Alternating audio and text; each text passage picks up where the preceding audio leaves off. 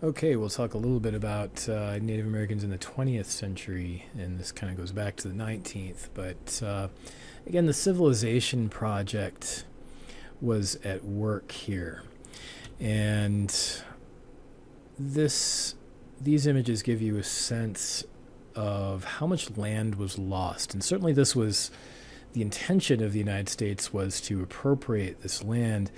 And one way they did it was through, and what your readings are going to call it, allotment policy, which was established by what was called the Dawes Severalty Act. And ironically enough, Senator Charles Dawes from Massachusetts, he was considered a quote unquote friend of the Indians, and he felt that they needed to have a program like what the white people had, which was called the Homestead Program, which had been in place since the 1860s. And the idea was to apply this to natives. And so under the Dawes Severalty Act, a native community was incentivized in various ways to trade in their reservation land. And so this would be beyond the treaty lands that they had already given up. And you'd trade in your reservation land for allotments. And instead of having a tribal community, you'd have individual families that would get these allotments. And there'd be some financial incentive for this. So the upside supposedly was to help natives integrate into American society or United States society. The downside was that this essentially was just another vehicle to appropriate their land and take more away from them. And there were various incentives and pressures put on natives to engage in this and engage in allotment, and also after it would occur that their tribal land and their reservation lands would get ceded back to the United States, and then the U.S. would be able to then sell and develop that land. And so that process, allotment policy, was in place from 1887 up until the 1930s, during which natives lost a lot of land, even more than they had initially lost in the concentration process. It was kind of a continuation of concentration. And on top of this was an attempt to culturally force out native culture from native people. And there were various ways that this was attempted, and the most famous one was through boarding schools. And these could be kind of all over the country. The most famous one was in Pennsylvania, in Carlisle, Pennsylvania, called the Carlisle Indian School. And there were also just schools on reservation lands or just outside of it. There were several in Oregon. Ironically enough, this was seen by the progressives of the time as something that was helping native communities, but because the thinking was, we're going to give them good education.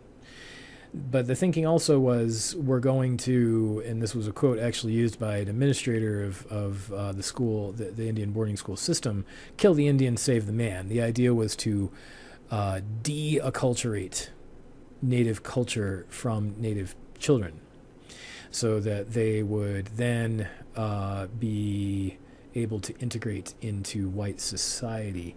The downside of this, there are a number of downsides. One, it kind of eliminated the ability of natives to be native, and there'd be all kinds of rules the kids would have to obey. In some cases, native children on reservations were required to go to the boarding schools. In other cases, they were just heavily incentivized, and the parents thought they had no other choice but to send their children to them. Not all natives went to the boarding schools. Some did, some didn't, but a lot did. And sometimes they would be coerced, other times they would be manipulated into going. And then not all of them were bad, but most of them did have this sense of, we want to reacculturate you and eliminate the traditional native culture from the children. So what would happen at most of these schools is the instructors would not allow the children to speak their native language. They would not allow them to engage in kind of their native activities that were anything traditional. They would be forced to kind of dress up like white children of the time, speak English like white children of the time, and learn the things that white children of the time learned in school. And this was both, it was unpopular in a number of ways, in part because it was expensive. And a lot of Americans didn't really like the idea of spending all this money on Native kids' schools and their tax money going to that. And on the other hand, it was oppressive in some ways. On the other hand, you read some memoirs of natives who went through them, and some of the natives actually say, their teachers were nice, that they cared about them, they wanted to help them, but even if you had good intentions, there was still the cultural erasure attempt going on here, and it was highly successful. And in terms of kind of teaching the kids not to be native anymore. And then what would happen is, because of the racism of society in the 20th century, the kids would get educated in these schools to be industrial workers, to be office workers, things like that. They'd be educated like a middle-class white American, but then they wouldn't be allowed to hold the jobs because they were native that middle-class white Americans might be able to get. And so it was a very awkward situation and tragic for some, and that they didn't have a place anymore, since they would graduate from the schools, try to go into society, would not be accepted because of who they were, and then have to go back to the reservations, where the people back on the reservations couldn't really comprehend them either, because they had now been taught so differently than what life was like on the reservations. And so they kind of didn't have a culture anymore. And so that was one of the more tragic aspects of it, and what historians call killing them with kindness. The intention was to help them, but then the outcome was negative. But there were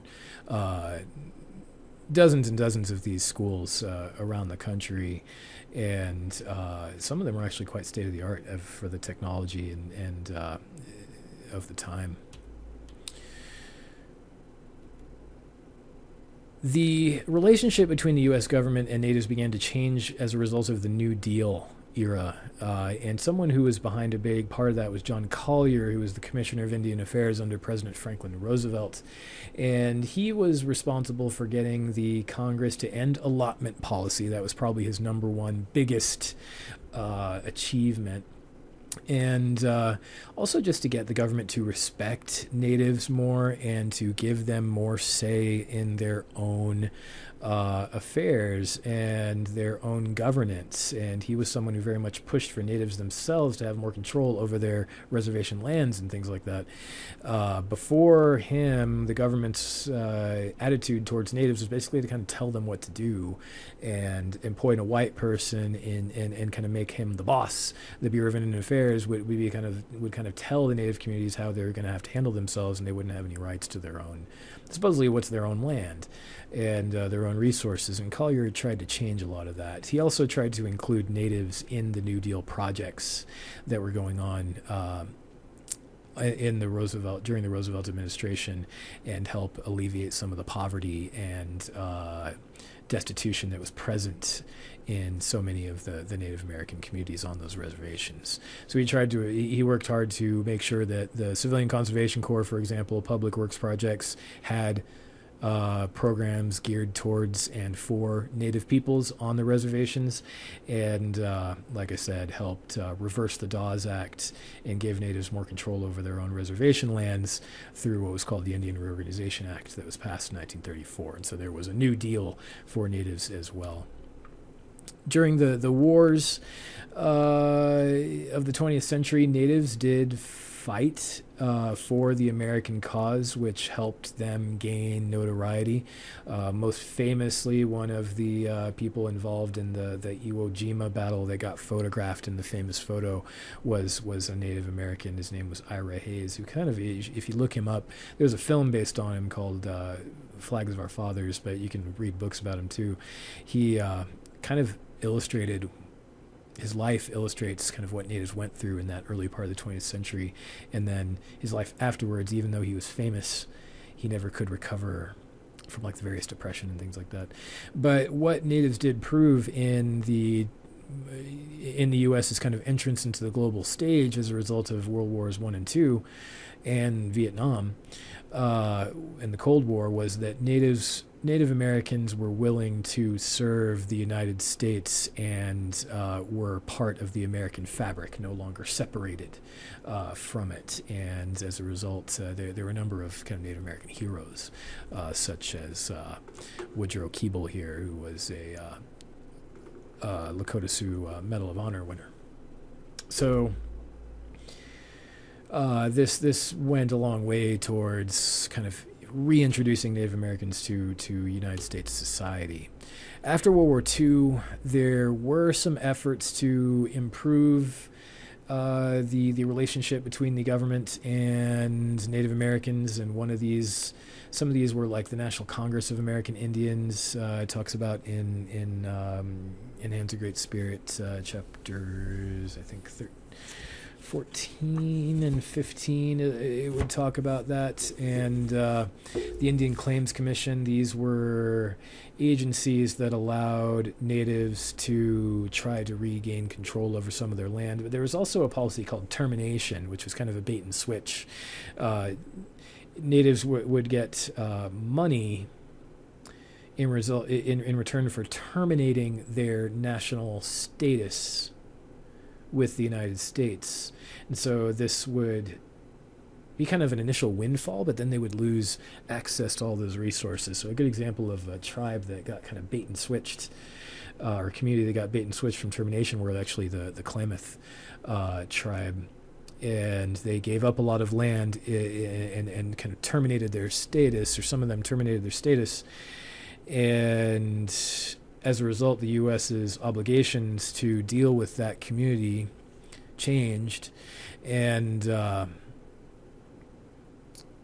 they were given money initially, but then there were no longer the treaty rights had to be followed and things like that. And so it was kind of a plus and minus in a lot of ways. And so in both your books, or both your readings, toward the end, it talks about the termination policy, which had its pluses and minuses. And so there were some attempts to give natives more say over their own lands, but not quite enough, because that led to a protest movement that exploded in the 1960s as part of the civil rights movement. So the natives participated in the civil rights movement similar to African Americans or feminists or LGBT activists and so forth, that all kind of flowered in the 1960s and 70s, and they would engage various protests such as fish-ins to protest restrictions against natives exercising their treaty rights. A group of Native Americans occupied the Alcatraz prison and said this is native land, and that was part of a larger protest. The biggest of the kind of protest movements was called the American Indian Movement, which your novel or your memoir Lakota Woman talks a lot about that, since Mary Crow Dog was centrally involved in it, and that was an attempt to of natives to assert their civil rights and their independence in the U.S. and be recognized as what they were, which were dually U.S. citizens and citizens of their individual nations that have certain rights. And there were various ways they publicized this, such as what was called the Trail of Broken Treaties, which was a march across these different areas to demonstrate how the United States had broken so many of its treaties in the past. Ironically enough, President Richard Nixon was one of the more friendly presidents toward Native American affairs, and he actually tried. So he kind of dealt with these things in kind of also a positive, negative way, in that he didn't like the protests or the occupations, but then he also oversaw a lot of legislation that gave natives back more control over their land and resources. But the disputes didn't end. There were lawsuits going well into the 20th century or 21st century dealing with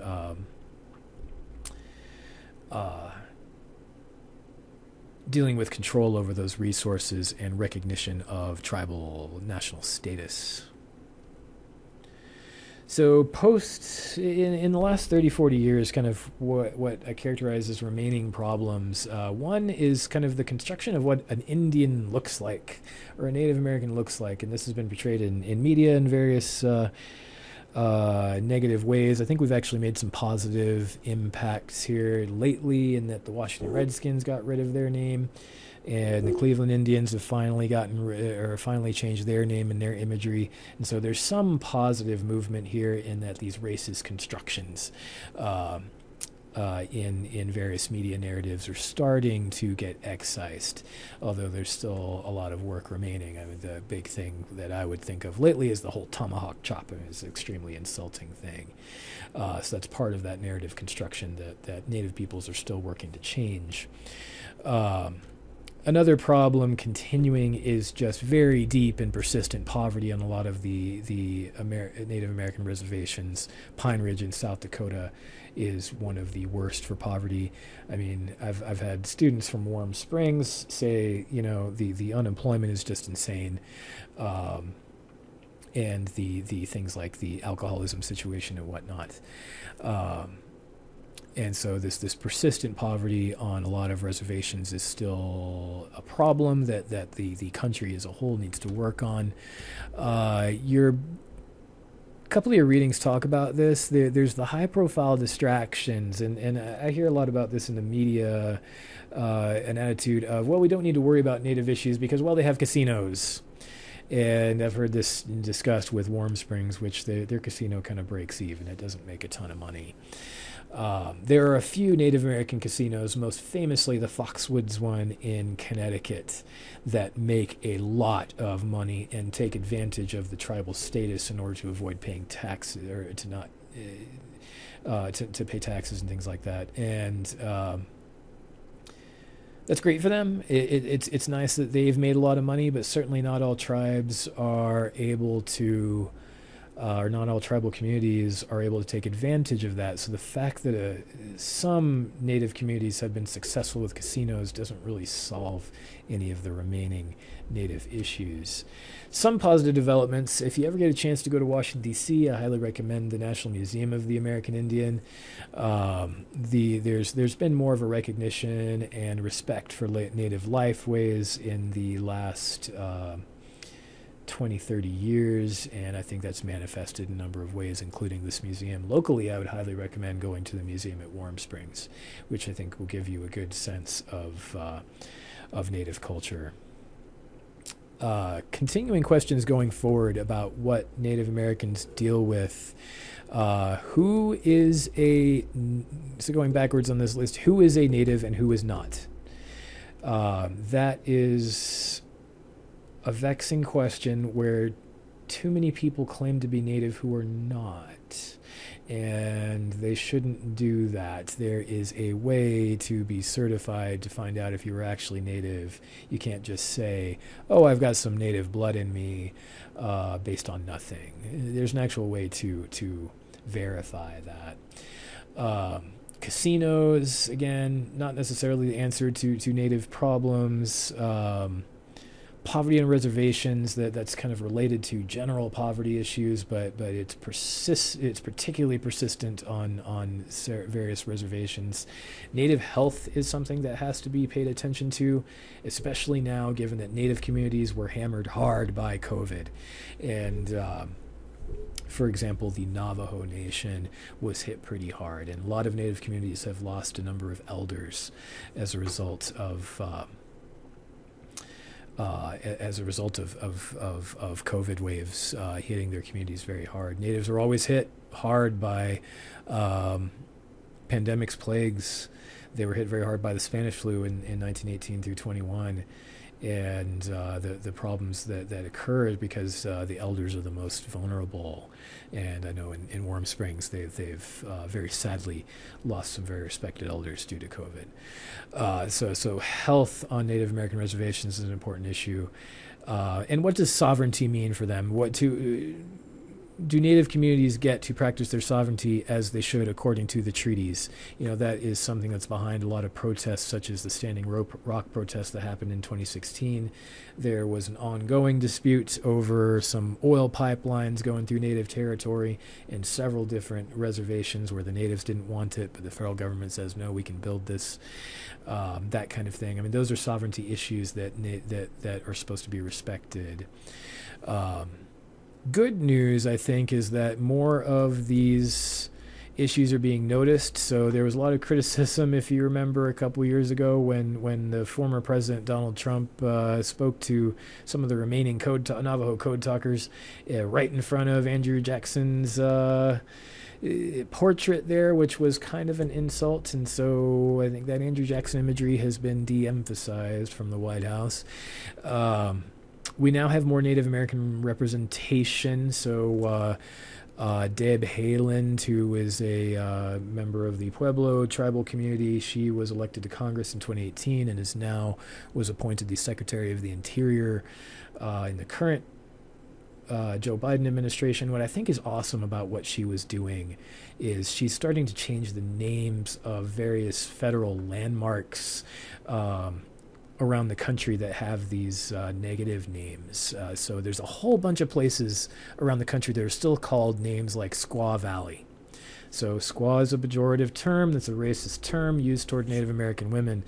And we still have, we've got a place name pretty nearby here. I think it's I think it's by Christmas Valley or somewhere like that. That's still called that term. And that kind of thing really needs to be changed. And what Deb Haaland has done as Secretary of the Interior is start to remove those names and rename them, which I think is very important in terms of just recognizing the sovereignty and recognizing the respect level. And so there's...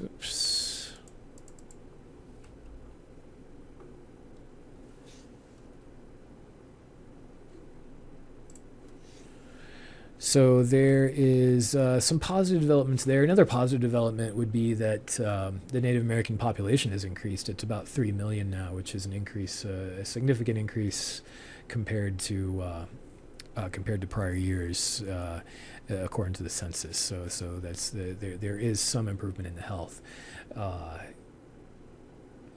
which is evidenced by those by the increase in population. So